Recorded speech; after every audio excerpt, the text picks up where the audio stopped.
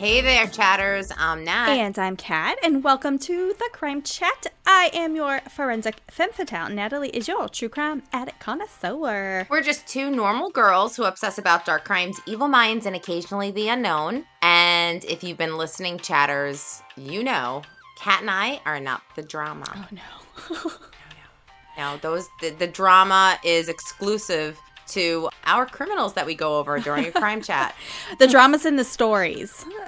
We may be dramatic about it, but the drama is in the stories. Oh, here's your disclaimer, chatters. The following crime chat contains adult content, and I'm assuming descriptions of violent scenarios today. I don't know what Natalie's going over, but I'm going to go with it on that. Yeah. So your listener discretion is advised. You have been warned, and before we get into today's crime chat, Kat, what have you done? Got some catching up on some more shows. What'd you do? I watched two newer documentaries, not murder related. Oh, okay. Gasp. I know.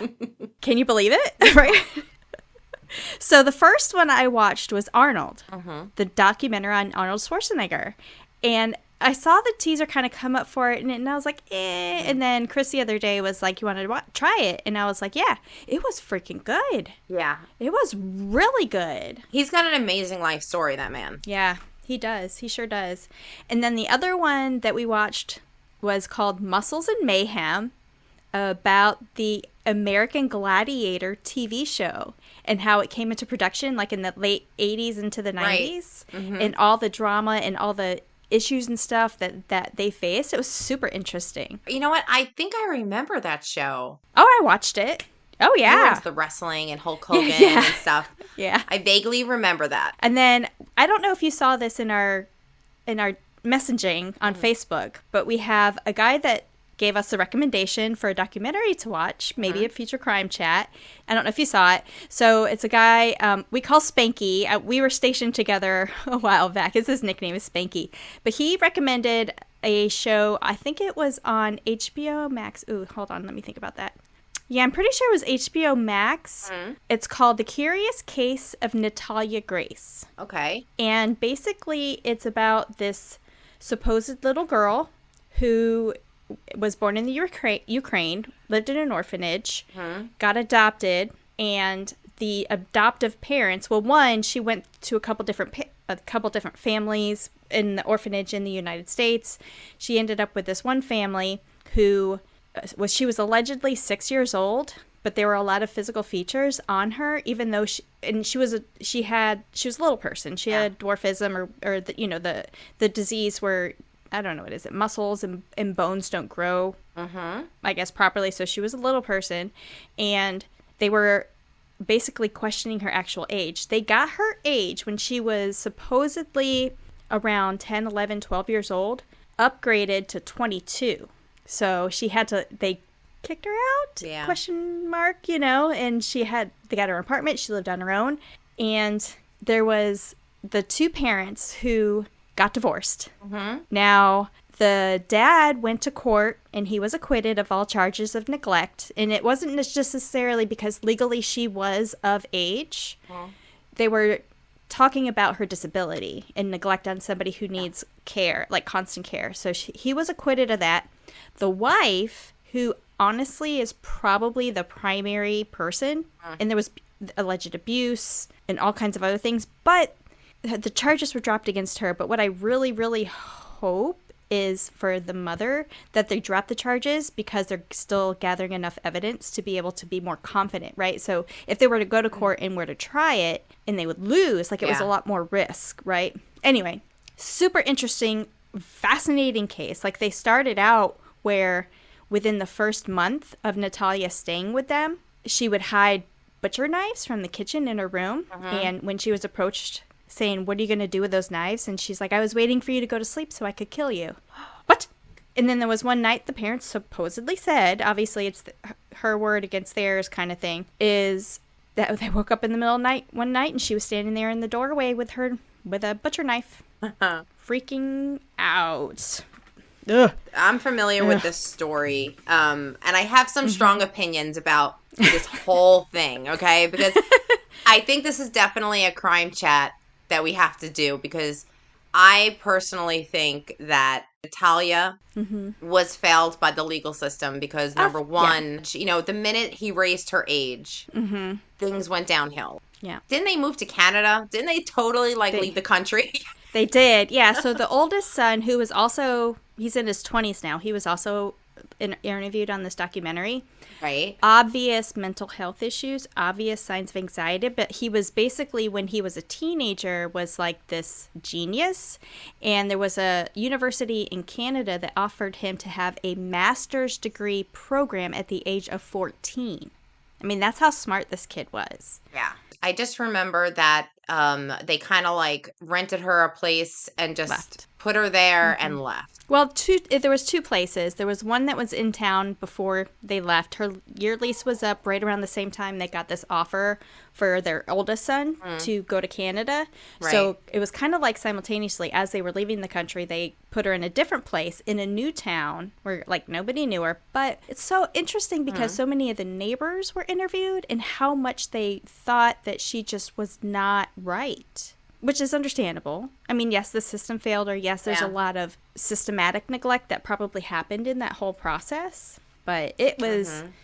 So what Spanky said was there's another follow-up from Natalia's perspective coming later this summer. Good. So we'll see.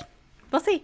She's not the only case from Russia when it comes to adopting children overseas, especially in Russia, where they really don't have a system in place for just tracking these children in many ways. When you adopt one of these kids and they're a little older, you're adopting all of their experiences prior. So for an American family to wake up and see a child of 6 standing there with a knife saying, does that make the child a psychopath? No. That before you get there, you need to understand that in coming from a different country, coming from with no parents in the system in a different country, that may be just a survival tactic that the child needed to learn. When she sleeps, she needs something to protect herself. That could have been a learned experience. And here, we're immediately going, she's a psychopath. Oh my gosh, she's going to kill everybody. Well, she was diagnosed as a sociopath. Yeah, but which is different than a psychopath. Right, as a sociopath. Yeah. And then one of the other things is they were like, oh, she was from the Ukraine. She moved over here. I think she was 4 or 5 when she moved to the United States, or was adopted originally from the Ukraine to a different family before it came up to I think the Barnetts, I think is their name. Yes. And when they're like, oh, we know somebody who has a friend who's from Ukraine, and maybe she could she didn't understand the language. She didn't speak for 4 days, and whenever she talked, it was perfect English. She didn't even have a Ukrainian accent. Yeah. It's just so It is weird. And there's a movie about a horror movie called The Orphan. Yes, I was just about to say, this is a real life orphan. I just feel like situation. when you speak to her now, I've seen interviews with her later on, and I just feel like, this was a kid that would definitely stab you if you threatened her.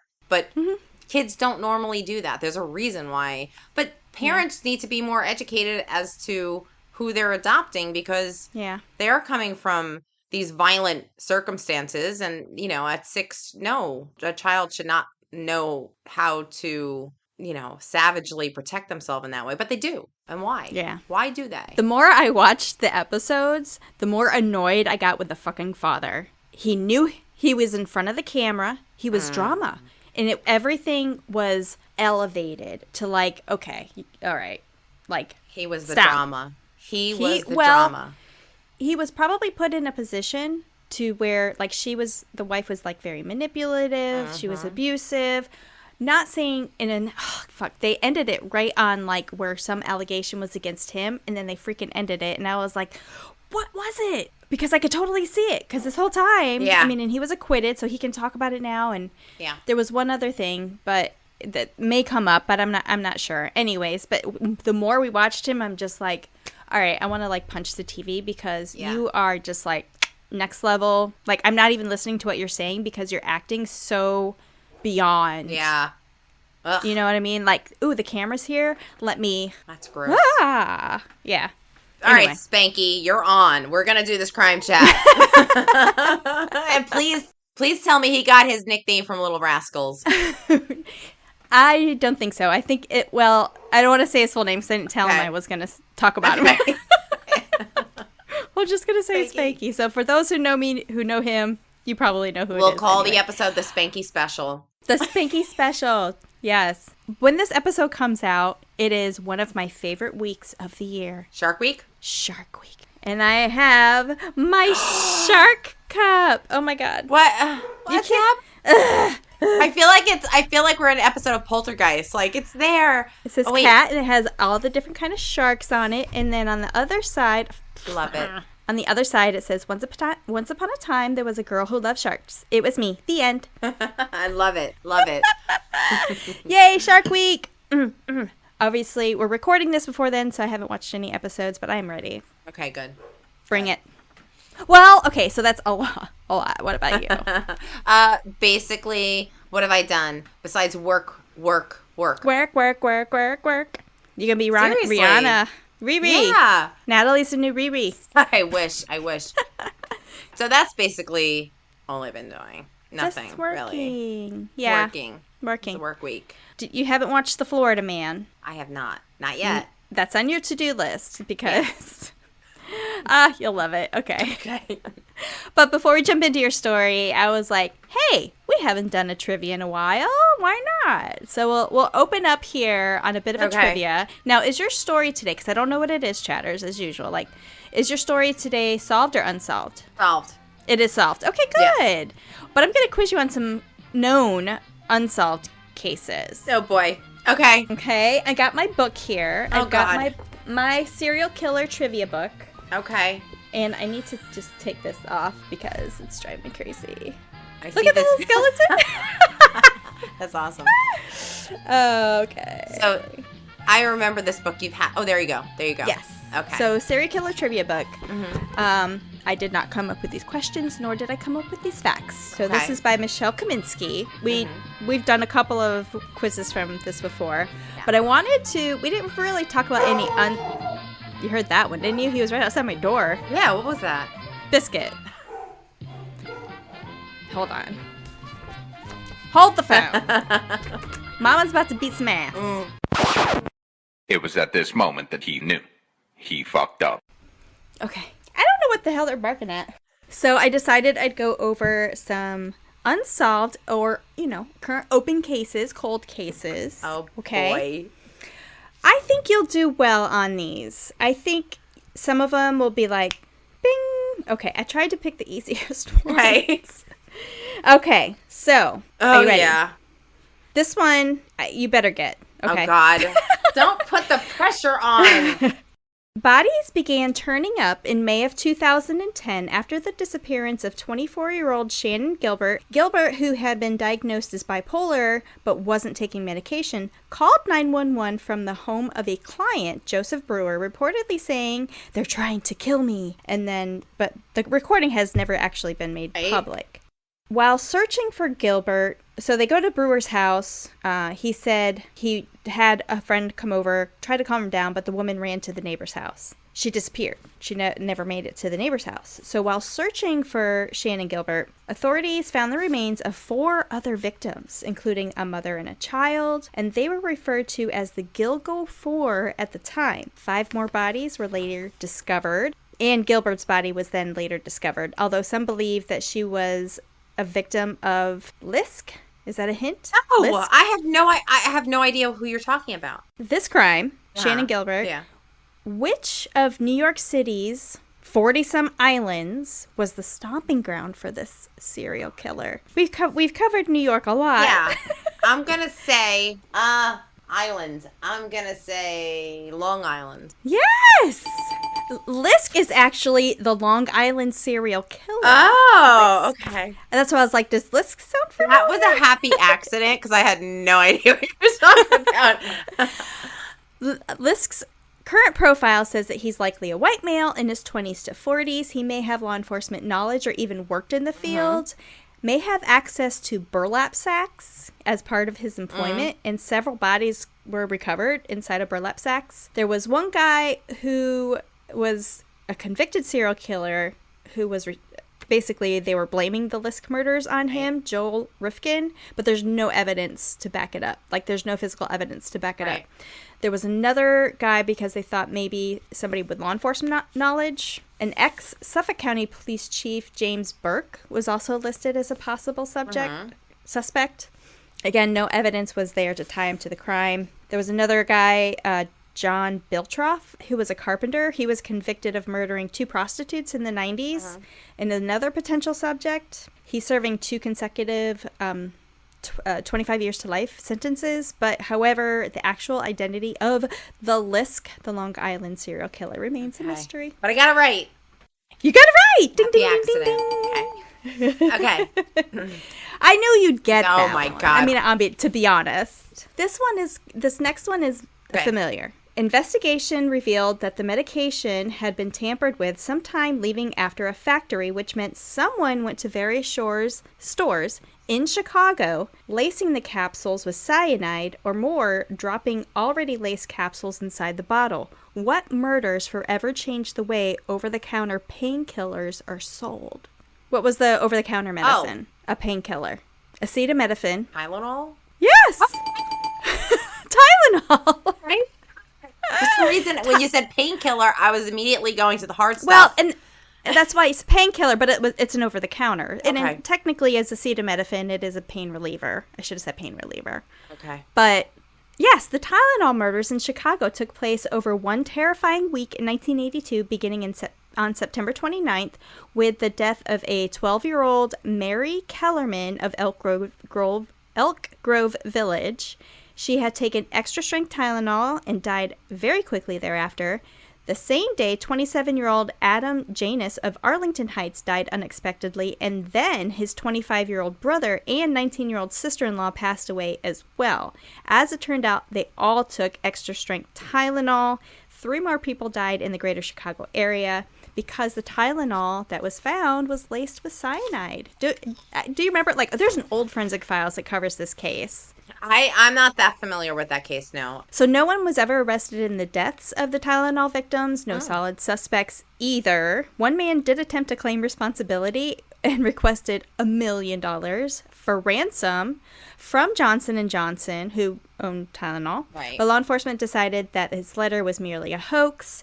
In 2009, the FBI looked more closely at Ted Kaczynski, the Unabomber, as a possible suspect, but the identity of the culprit still remains unknown to this day. And Ted Kaczynski, he just died recently. He did? He died in prison. He sure did. I didn't know that. Oh my God, the Unabomber. Okay. The Unabomber died in prison. Wow. Yep. So you are 2 for 2, girl. This is, okay.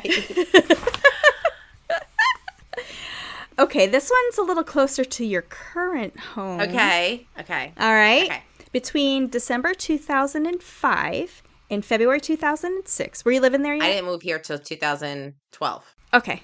So 3 sex workers were found murdered. They were sexually assaulted and shot, and their bodies had been discarded with no attempt to hide them. DNA confirmed that a serial killer was at large. So there was basically DNA was found on all victims. Police believe that the women willingly went as they were sex workers, either on foot or in a vehicle. There were no witnesses, and the trail went ice cold. What popular spring break locale in Florida was a serial killer's home from 2005 to 2007? I'm going to say Miami. Really close, a little more north. Jacksonville. A little more south. Okay. My God. Okay. Palm Beach. A little left. Little right. Daytona Beach. Spring break. Okay. Yeah. That's why I was like, this spring break. Everybody knows spring break. Daytona Beach. Oh God. Yeah. So with that murder, the Daytona Beach Police Department renewed their efforts to find a killer. Traffic stops beginning in February of 2008 swabbed mouths of men who matched a profile. They developed a physical or a psychological profile: white male, clean cut, employed with a girlfriend or a wife, which is also typical of that type of murders because they have a fantasy, but they're seemingly settled down, but they have a fantasy and maybe obsessed with sex. Find workers, kill them. There have been no named suspects at all in this case. So I'm going to give you half because you were like right Two there. and a half. You were right Two and a there. half. 2.5. So go back up north. We're back in New York. Okay. Okay. We're in New York State. Okay. Canada. Okay. Hey. I'm not an immigrant. Okay.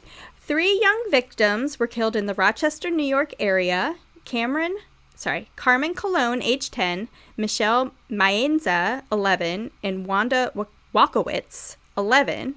Each victim had matching first and last name initials. I just gave you the answer. Why was a series of child killings in the early 70s called the Alphabet Murders? We should have just asked it because I probably would have got it wrong anyway. Well, I was going to give you other hints, and I kept reading. Okay. Failed. But do I get that point? Yes. Okay. It's a freebie. Yay. So basically, they were called the Alphabet Murders because not only did the victims have a matching first name initial and last name initial, so even more weird, each girl was found in a town beginning with the same letter as their initials. So Carmen Colon was found in Churchville, Michelle Maenza was found in Macedon, and Wanda Walkowitz was found in Webster. Wow. That's why they called it the Alphabet. Child killings. Serial killer. I gave you that one. So 3.5 out of 4. Okay. Yeah. One more doozy. Okay. One more doozy. All right. Okay. Think mob. Think Chicago. Think Al Capone. Okay. You got me there. All right. You might not know this. Okay. This one's a tough one, but I was like, I tried to give you ones that were easier. And it still didn't work out. So just go. So the Mad Butcher of Kingsbury Run began his string of 12 to 20 murders in 1935 and continued through 1938. The killer targeted both men and women, with a common denominator being that the victims were usually transients, thus likely to not be missed. Right. In fact, 10 of the 12 confirmed victims are still unidentified today. Isn't that crazy? Yeah. The killings are alternately called the Cleveland Torso Murders because the perpetrator sometimes cut the victims clearly in half.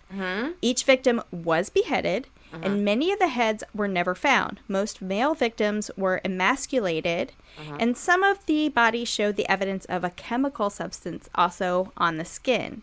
Many of the bodies were already in advanced states of decomposition, making identification nearly impossible, particularly in like the 30s, right?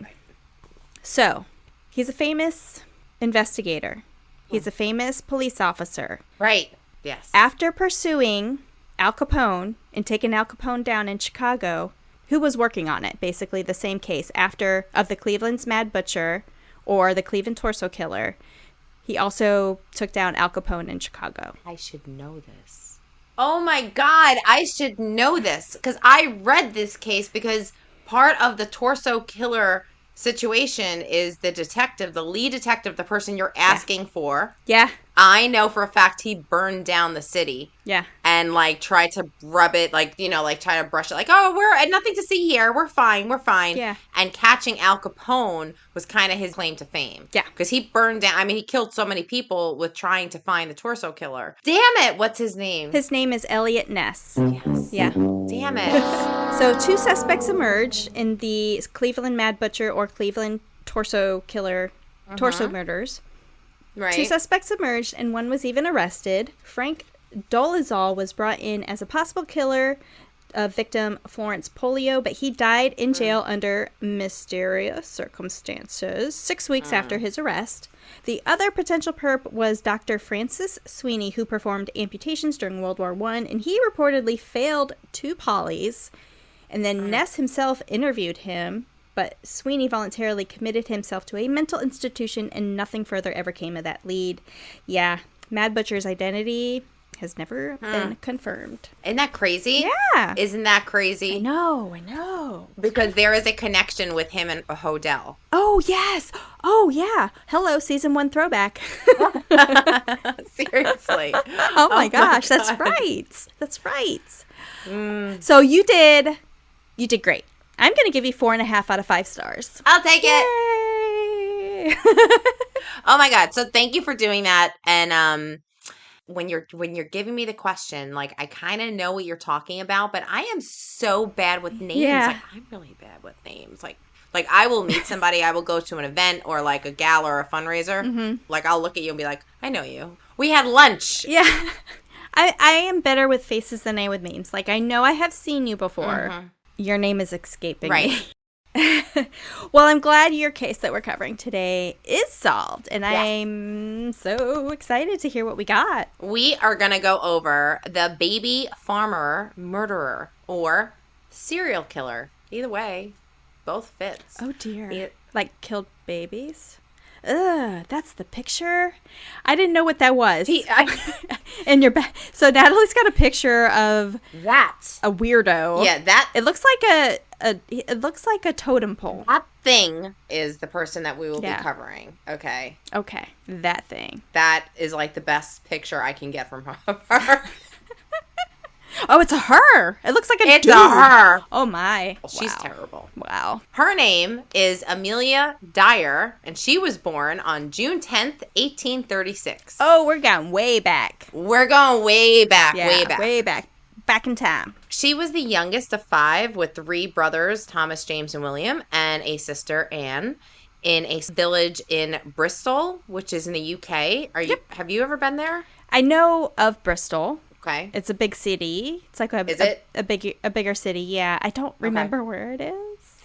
Dana, help us out. Dana, we need you.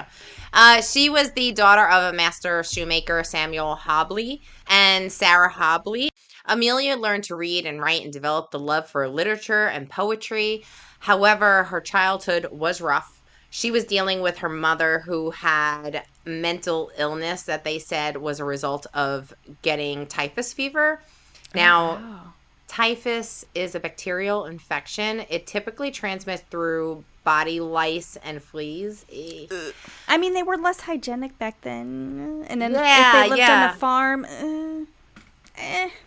Although typhus can lead to high fevers, headaches, rash, muscle aches, there is no direct evidence that suggests that typhus can cause mental illness. However, severe infections and prolonged illnesses can impact a person's mental health. And also, if a person already has like a pre-existing mental health issue, having typhus they're going to decompensate even further in that way. Yeah. I mean, I'm not a medical professional, but any bacterial infection, especially if it gets into certain parts of the body, like if they're, I'm just, meningitis, for instance, it's an infection in your spinal cord and it gets into the meninges in your brain and causes, swelling and that kind of thing. And then I could see it. I could see neurological or mental complications following that. Yes, definitely.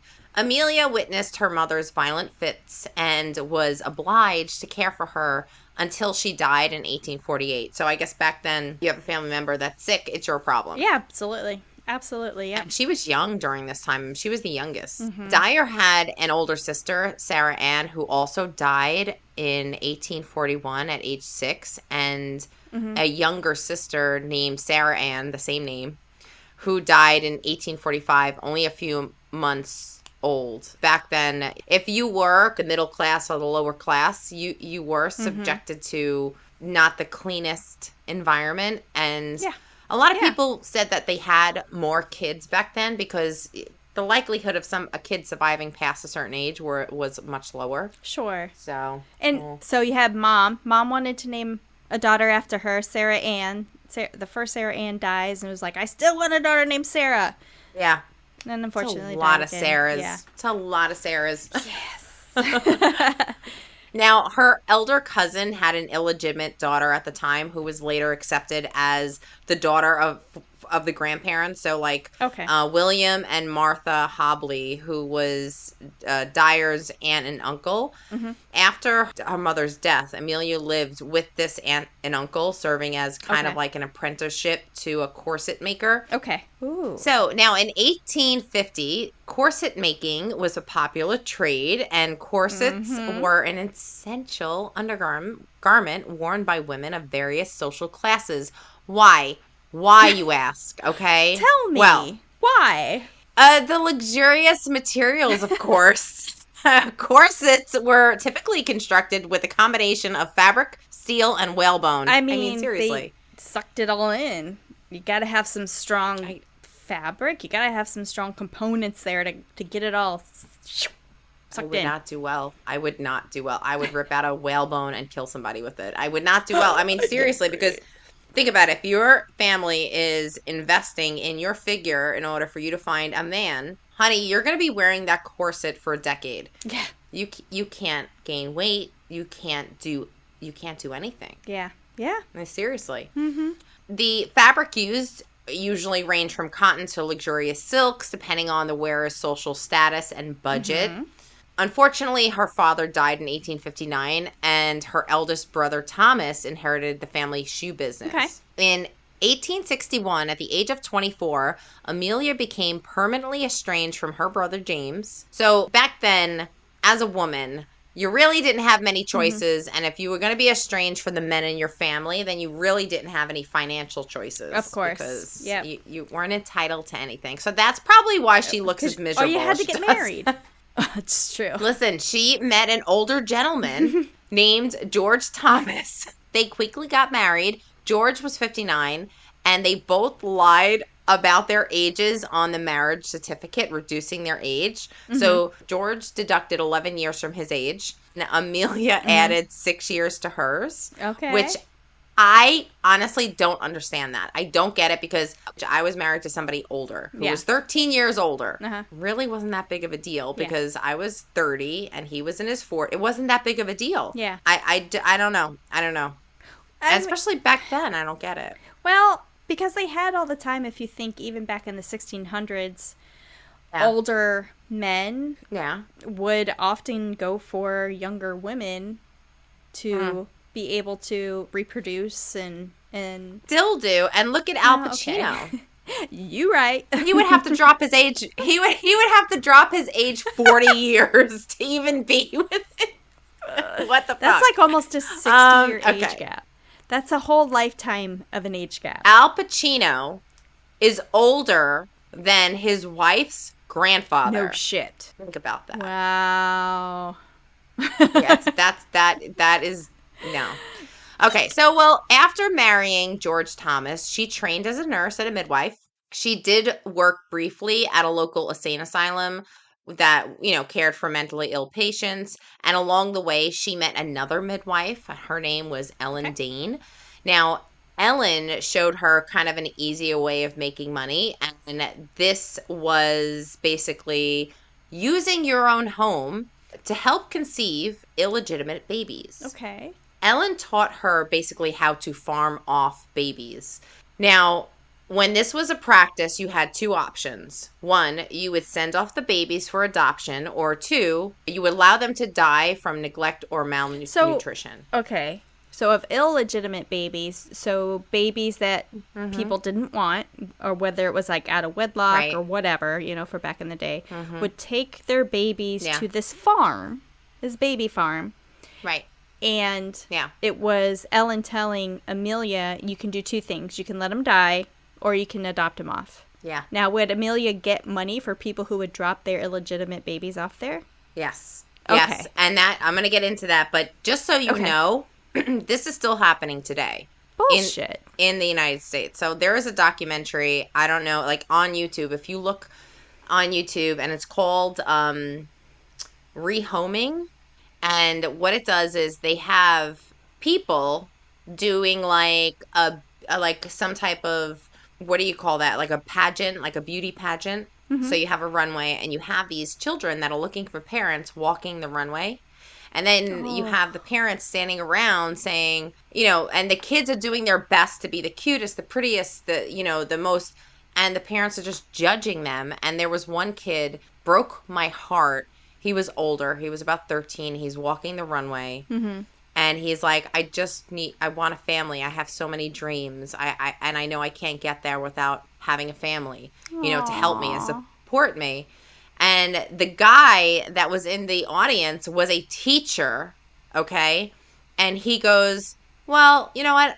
I'll adopt him and we'll see how it goes for like a probation period of 6 months. He returned the kid. Oh my gosh. Because of personality issues. Like they didn't get along but what the fuck? Like that poor boy. And he returned to the home. They did an interview with him and he was just like, it's okay.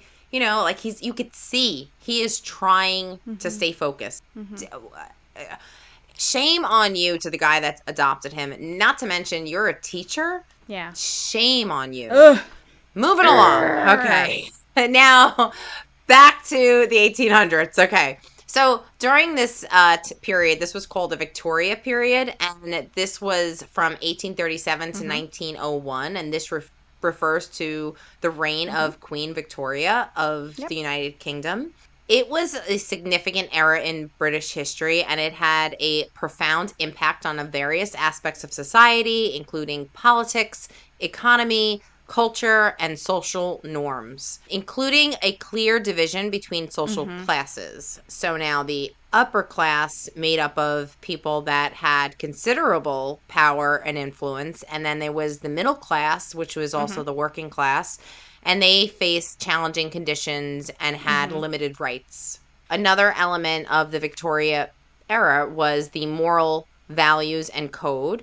This placed a strong emphasis on family values, religious beliefs, modesty, and sexual constraint. Sounds like a really unhappy place to live. This era emphasized gender roles with a clear division between domestic sphere, which was associated with women, and the public sphere, which was associated with men. Women stays in the house, the men is the representation of the family, and outside the home. So now women were expected to be virtuous, modest, focused on their roles as wives and mothers. Victoria era also had fashion and style. Come on now. Yep. The Victorian fashion was known for its elegance and also literature and arts. So this period was technically a golden age for renowned authors such as Charles Dickens, Jane Austen. The Victorian period was a complex and transformative period that shaped many aspects of society that left a long-lasting impact on British and Western culture. However, unmarried expecting mothers at this time was a big no-no, like a big one. Yeah. And because of these social norms, unmarried mothers often struggle to gain income. And then matters became worse because 1834, the Poor Law Amendment Act was passed. Have you ever heard of that? No. The Poor Law Amendment Act of 1834, it was a significant piece of legislation in the UK. It was a controversial piece of legislation that aimed to reform the system of poor relief by centralizing administration, establishing workhouses, and limiting outdoor or independent relief.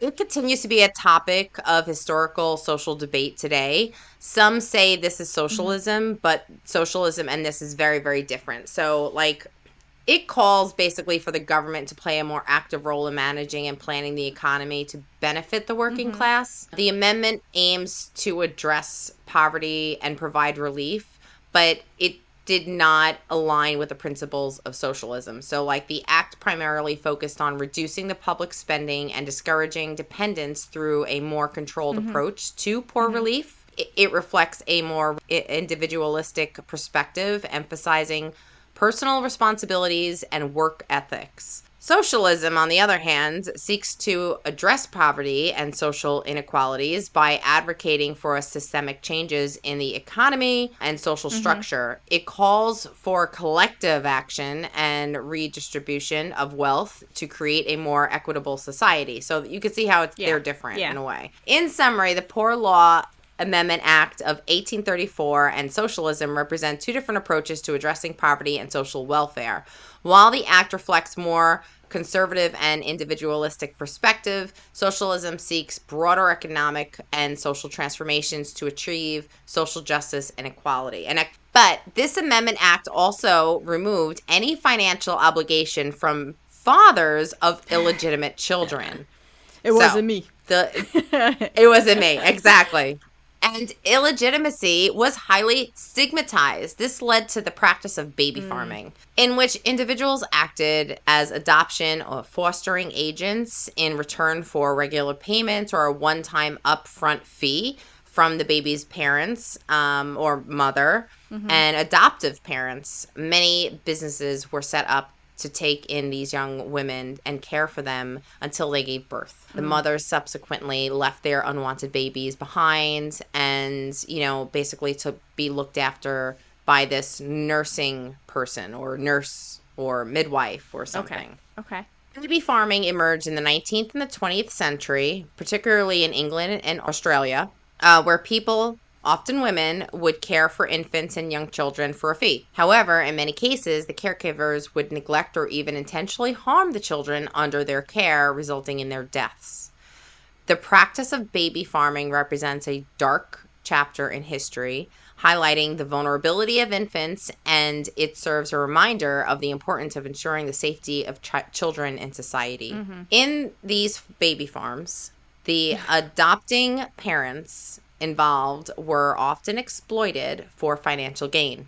If a baby had well-off parents who wanted to keep the birth a secret, the single fee might be as much as £80, which back then in 1859 was $388 US.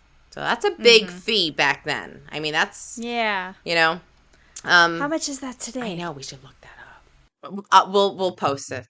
All right, so £50 might be negotiated if the father wanted to hush up his involvement. However, most of the time, the expected woman was normally impoverished, and they would still be charged £5 for leaving the baby behind. So the nurse or this farm would, one, get the father's one-time fee. Then upon delivery, the mother, besides leaving her child behind, would have to pay £5. Well, £5. I'm sorry, £5. And then at that point, those parties are assuming that nurse has an adoptive family ready to go, who is also paying her. Yeah.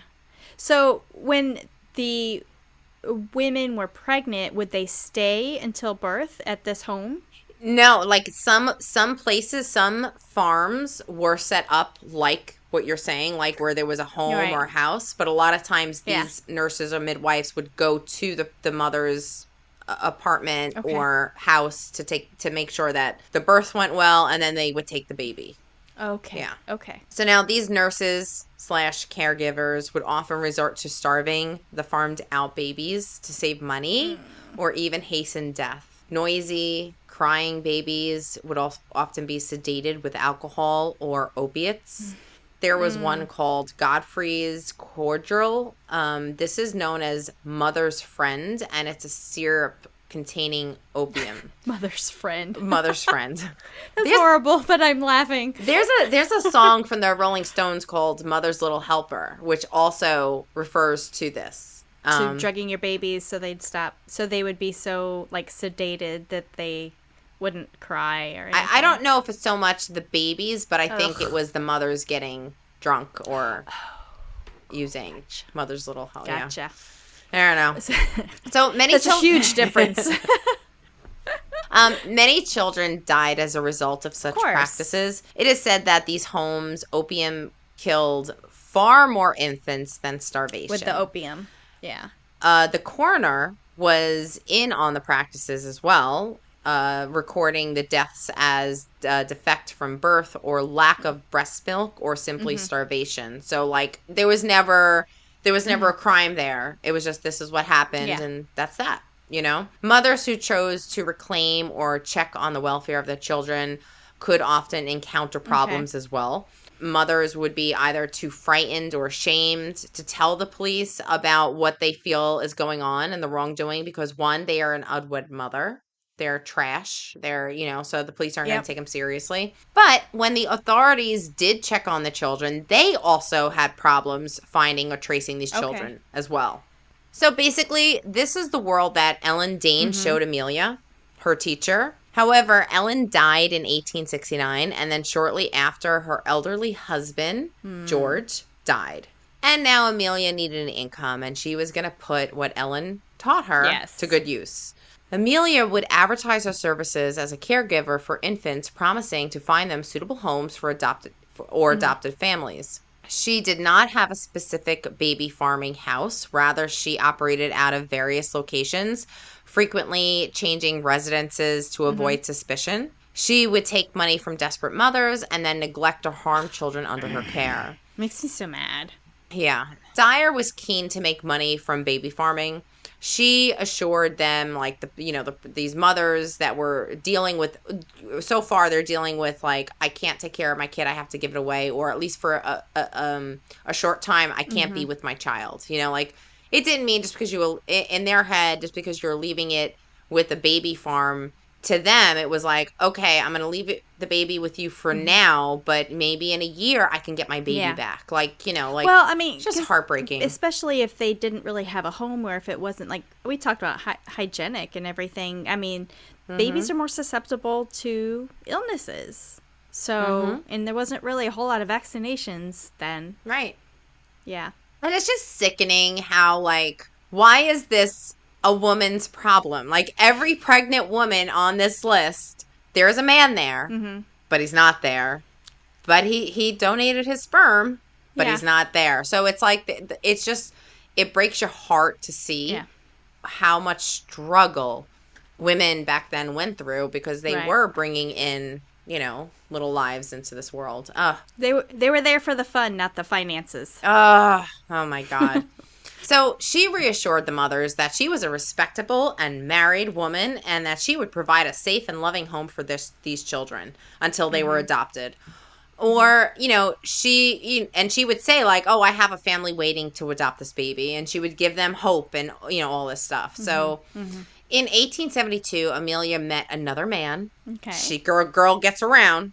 She married William Dyer, a local brew laborer. They had 2 children together, Mary Ann, also known as Polly, and William Samuel. Amelia eventually left her husband, and she had other plans. At this point in her baby farming career, Amelia decided to forego the expense and inconvenience of taking care of any babies, and she was paid to take care of. And this is when she became kind of like a full-on serial killer. So did her children go with her? Yes. When she left her husband? So she had her own 2 children. And decided she would start taking these babies in, but then it was easier to just kill them instead of trying to find a home for them. Yeah, I don't even think the children technically ever got to her house. Oh. Like, she took the baby from the mother when she gave birth, and within, like, she was there when they gave birth. They paid her the money. She wrapped the baby up. She left the house, and no one ever heard of these babies again. She showed up babyless, but with money at home. Yeah, at home. Back home. Back to her home. Yeah. Okay. So by letting all the children die through neglect and starvation right after getting paid for each child, then she murdered them.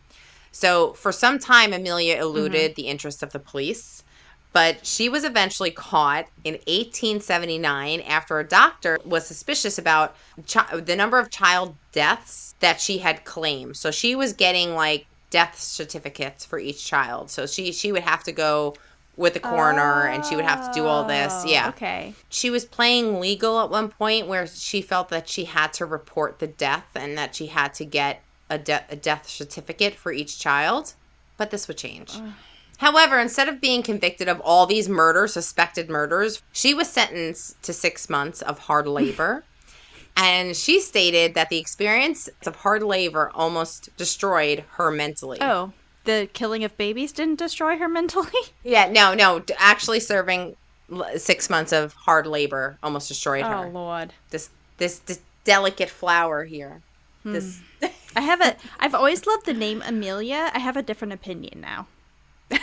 Yeah.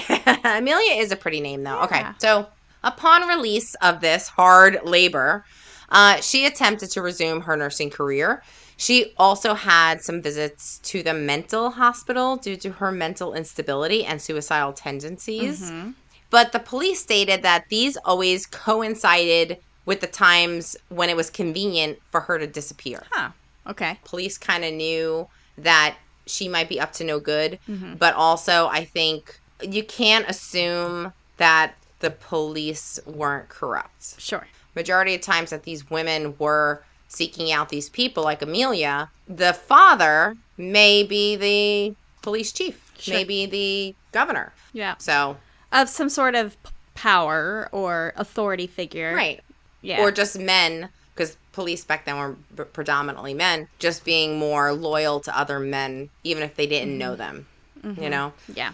Yep. Yeah, so now being a former asylum nurse, she knew how to behave as a patient in order to get the best possible treatment. She was doing research. She was doing research.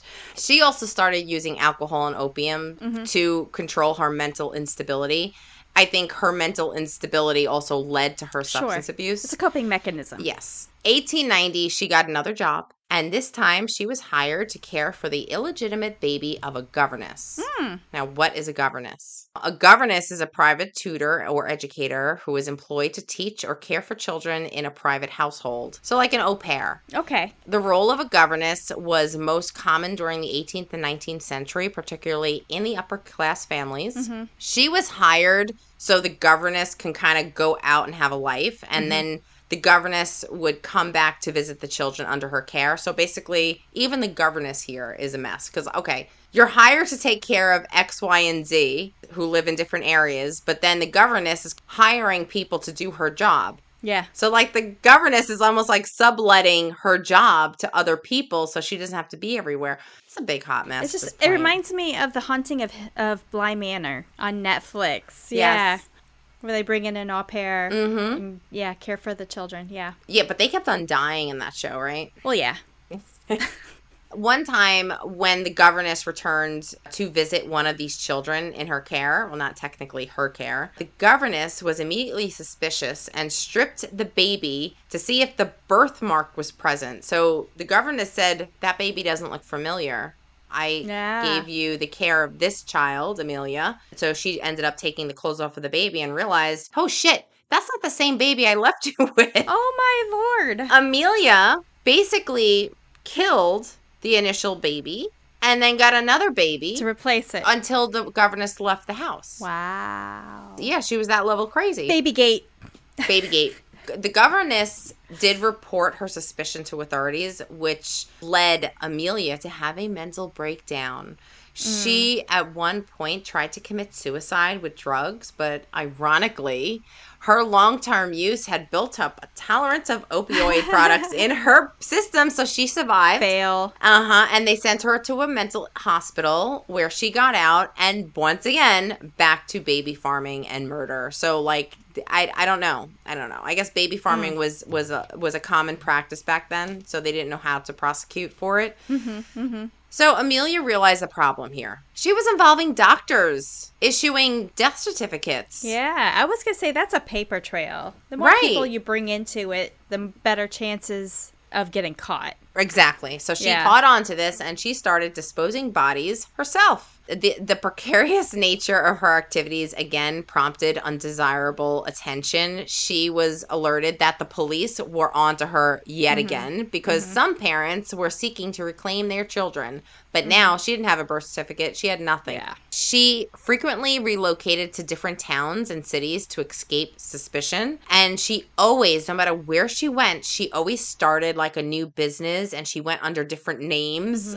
And back then, you couldn't really trace anybody. Yeah. Baby Farm LLC. So until 1893, after being charged with her final stay at the Somerset and Bath Lunatic Asylum, and I'm going to check this out for my next spa day because this sounds great. I don't know. Yeah, well, yeah, Bath is a larger city in England also, in Somerset. It must be like... Is that what that means? I thought it was like Bath, like a literal bath. No, Bath is a town or a city. Oh, yeah. Okay. All right. Well, unlike her previous breakdowns, this had been the most disagreeable experience she has ever had. So not like other asylums where she knew how to play the game.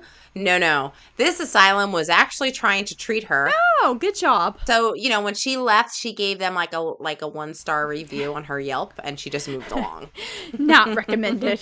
2 years later, she moved to Berkshire. This was followed by a move to 45 Kensington Road, Reading, Berkshire. Reading, Berkshire. You got to say it with the accent. Oh. 45 Kensington Road, Reading, Berkshire. You sound like Dana now. Okay, so this is where she decided to set up her business. All right. Now, in January 1896, Evelina Mormon, a popular 25-year-old barmaid, gave birth to an illegitimate daughter named Doris. She quickly placed an advertisement in the miscellaneous section in the Bristol Times and Mirror newspaper. It simply read, "Wanted, respectable woman to take a young child." Mormon intended to go back to work and hoped eventually to reclaim her child. Ironically, next to her own advertisement read, "Married couple with no family would adopt a healthy child, nice country home, terms £10." I know. Mormon responded to this Miss Harding, and a few days later, she received a reply from Amelia. Miss Harding wrote, "I should be glad to have a dear baby girl, one I could bring up and call my own." She continued, "We are plain, homely people in a fairly good circumstances. I don't want a child for money's sake, but the company and home comfort. I and my husband are dearly fond of children. I have no child of my own. A child with me will have a good home and a mother's love." Miss Harding insisted she be given a one-time payment in advance, and Mormon was basically desperate. She paid her £10, and a week later, Miss Harding arrived to pick up the baby. Mormon was surprised by Amelia's advanced age and stocky appearance, but she handed over her daughter a cardboard box of clothes and £10. She stated she felt like a broken woman. A few days later, she received a letter from Miss Harding saying, "All is well," and then she wrote back to Miss Harding, but she never received a reply. Amelia went to 76 Mayo Road in London, where her 23-year-old daughter, Polly, was staying. There, she quickly found some white tape used in, like, dressmaking, wrapped it twice around the baby's neck, baby Doris. Oh, gosh. Tied it in a knot. Death would not have been immediate. Yeah. She would confess later, "I used to like to watch them with the tape around their neck, but it was soon all over for them." That's disgusting. It is. The following day, Wednesday, April 1896, another child named Henry Simmons was taken to the Mayo Road house. However, with no spare white edging tape that they used on Doris, the tape that was still wrapped around Doris's corpse was removed to use to strangle the 13-month-old baby. Ugh. I know. On April 2nd, both bodies were stacked into a carpet bag along with bricks for weight. She threw the two small bodies over the railings and into the River Thames. She thought she got away with it until the discovery of corpses. And they literally call this the discovery of corpses. Wow. On March 30th, 1896, a package was retrieved from the Thames. The package Amelia dumped was not weighted adequately and had been easily spotted. It contained the body of a baby girl who was later identified as Helena Fry.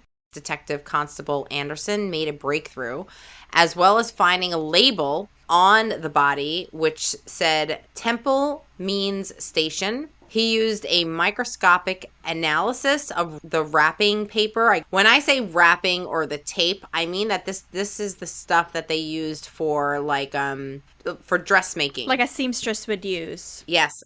He was able to decipher a faintly legible name, which was Miss Thomas, and the address. Her previous address with her husband. Yeah. This evidence was enough to lead police to Amelia, but they said they had no strong evidence to connect her directly. Additionally, evidence they got from the witnesses and the information obtained from the Bristol police only served to increase their concerns.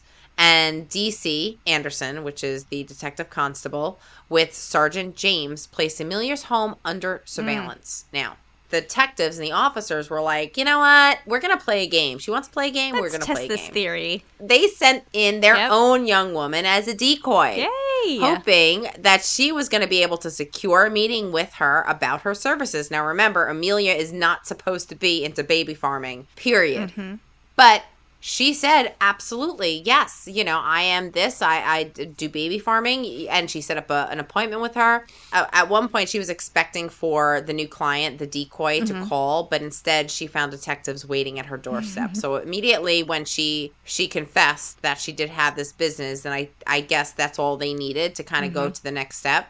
Yeah. So now on April 3rd, which is Good Friday, the police raided her home. They were struck by the stench of human decomposition, although no human remains were found. Just the scent. Just the scent. There was, however, plenty of other related evidence, including white tape, telegrams regarding adoption agreements, pawn tickets for children's clothing, receipts for advertisements, and letters to mothers inquiring about the well-being of their children. The police calculated that just in the previous months alone, at least 20 children had been placed in her care that were missing. This led to some crazy estimates that over the decades that she may have killed up to 400 babies and children. Oh my gosh. Yeah.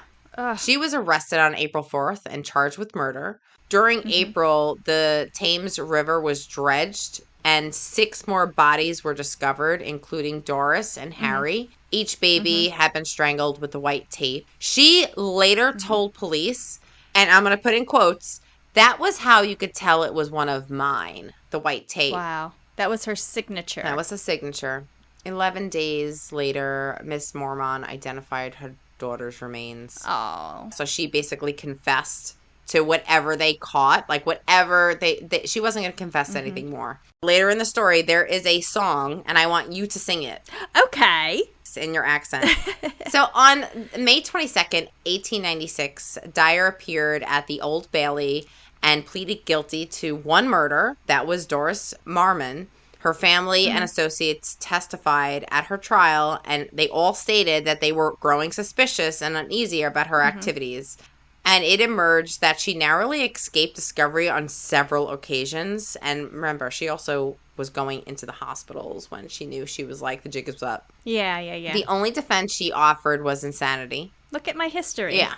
She had been committed to asylums a number of times. However, the prosecution argued successfully that her mental instability had been a ploy to avoid suspicion, and the committals were said to have coincide with the times when she thought she was going to get arrested. She's like, oh, I'm out. Yeah. And that's just kind of goes to show, I mean, in the insanity plea, we've talked about it before, too, knowing the difference between right and wrong.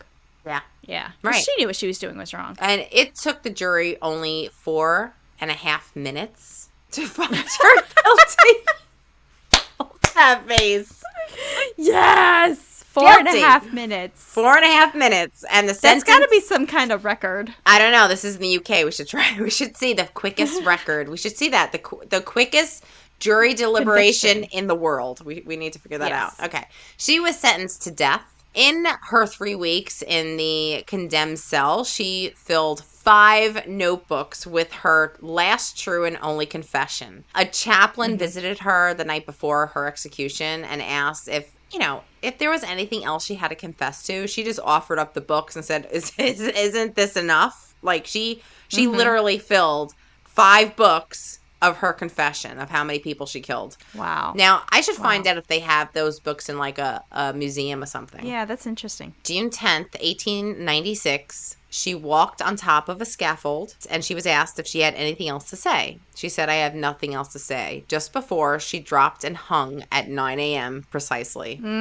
It is uncertain how many more children Amelia murdered. However, evidence from other witnesses and materials found in her homes, including letters and many babies' clothes, pointed to many, many more. The Dyer case caused a scandal. She became known as the Ogress of Reading. The Ogress of Reading. What is an ogress? I have no Murderer? idea. Alexa, what does ogress mean? The mean of a set of numbers is the result of the sum of all numbers in that set divided by the total of numbers in the set. Alex is an idiot. The No. root of 7. It could be me. It could be operator error. Alexa, stop. She inspired a popular ballad. So now, Kat, I want you to say that in your best. Go ahead, go girl. Me. Okay. The old baby farmer, the wretched Mrs. Dryer, at the Old Bailey wages is paid. In times long ago, we'd made a big fire and a roasted so nicely the wicked old jade. Oh my God, that was actually really good. How was that? That was excellent. Oh my God, that's really I have never read that before or sung it before. I just went That with was it. excellent. That was all improv. Adoption laws were subsequently made stricter, giving local authorities the power to police baby farms. And they should really do without baby farms, but they were just policing them in hopes of stamping out abuse. Despite the scrutiny of the newspaper, personal ads also being a problem, and the trafficking and abuse of infants did not stop. 2 years after Dyer's execution, a railway worker inspecting carriages found a parcel. Inside was a 3-week-old girl. This young child was still alive. The daughter of a widow, Jane Hill. The baby had been given to Miss Stewart. So this baby was coming from Jane Hill, and it was going to Miss Stewart, and Jane Hill paid Miss Stewart £12. They were able to track the baby. Miss Stewart had picked up the baby at Plymouth and then dumped her on the next train. It was claimed that Miss Stewart was Polly, the daughter of Amelia Dyer. Surprise, not surprise, hashtag. Crazy. Yeah. Some suggested that Dyer was Jack the Ripper. Oh. There is, however, no evidence to connect the two. So, sorry, not sorry. Yeah. So, now in popular culture, the character of Amelia Dyer appeared in a short story called The Baby Farmer in a horror collection, Behold the Void. Gotta look that up. Amelia Dyer was partly dramatized on an episode of the 2022 BBC radio podcast series called Lady Killers. Lady Killers. So that is my story about the baby farm serial killer murderer, this bitch right here. I don't like it. You know what? When you look at her face, though, like, this is pure evil. That's evil right there. Now, is that actual, like, a photograph, or is that an artist rendition? Okay. That's her. They didn't learn about lighting back then. She was no ring. Look at those bags under her eyes. No ring light. I'll tell you right now, I feel pretty. There's contrast right here. I feel pretty. Yeah. Oh, so pretty. God. So, yeah. That is her Wikipedia picture. Oh. So, what's the difference between, other than maybe the legitimacy of it, a baby farm and an orphanage? An orphanage is when parents relinquish their rights of being a parent. You're now giving the child up to the state, and then at that point, the child can either live the orphanage for the rest of their life or get adopted. But Amelia, she was not an orphanage, so, like, you were not technically relinquishing your parental rights with her. You could get your baby back. Oh. The baby Dora, like, that mother, she said, like, I have to go back to work, but I want my daughter back. Bringing your kid to an orphanage, it was the end. That was it. Yeah. This baby farm practice made parents more hopeful to bring them back home. But I have a message. Yeah. Okay. Chatters. Yeah. Spread the word. Yeah. We have what's called safe havens. Yes. Don't rely on Craigslist or somebody who knows somebody who knows somebody. Okay. If you're aware of somebody who had a baby and can no longer take care of that baby, take them to a police department, a fire department, a church, a safe haven to be able to care for, because our socialist society, there is money dedicated to taking care of those babies. If, like, the mother finds themselves in an unfortunate situation and they can't take care of the baby, don't pass them off.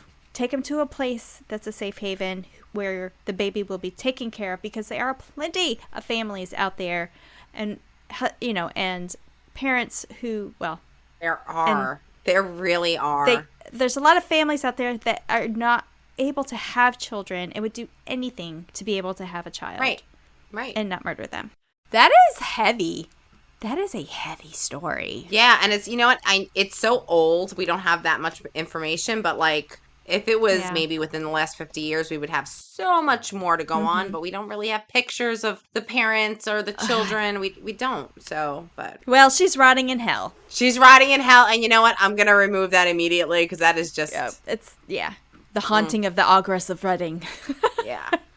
That's what it looks like, a haunting picture. Right? All right. Well, yeah, that's my story.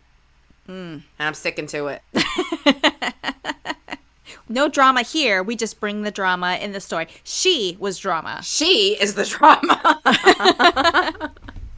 Oh, gosh. Well, because we don't want to leave you hanging, chatters, for more information on this case, please check out After That Crime Chat, only available on Patreon. Yes, and don't forget to follow us, Crime Chat with Nat and Cat, Facebook, Instagram, YouTube, TikTok, and Twitter. See what we got going on. Remember, Crime Chat with Nat Cat, when you become a chatter on our Patreon, you'll have access to bonus episodes, behind the scenes, bloopers, free merch, and also, you know what? Give us some recommendations. Spankies. Yeah. Recommendations. We're going to be working on that. It's a good one. And so be sure to check out our next episode. I'm going to cover the infamous Ed Kemper. Oh. Another heavy story. That's going to be good. I've been doing already so much research on it. He's watching videos and all that. Ugh. That's a heavy one. Yeah. There's a lot there. There's a lot of evil there. Holy crap. Yes. You don't want to miss it. We will see you at the next Crime Chat.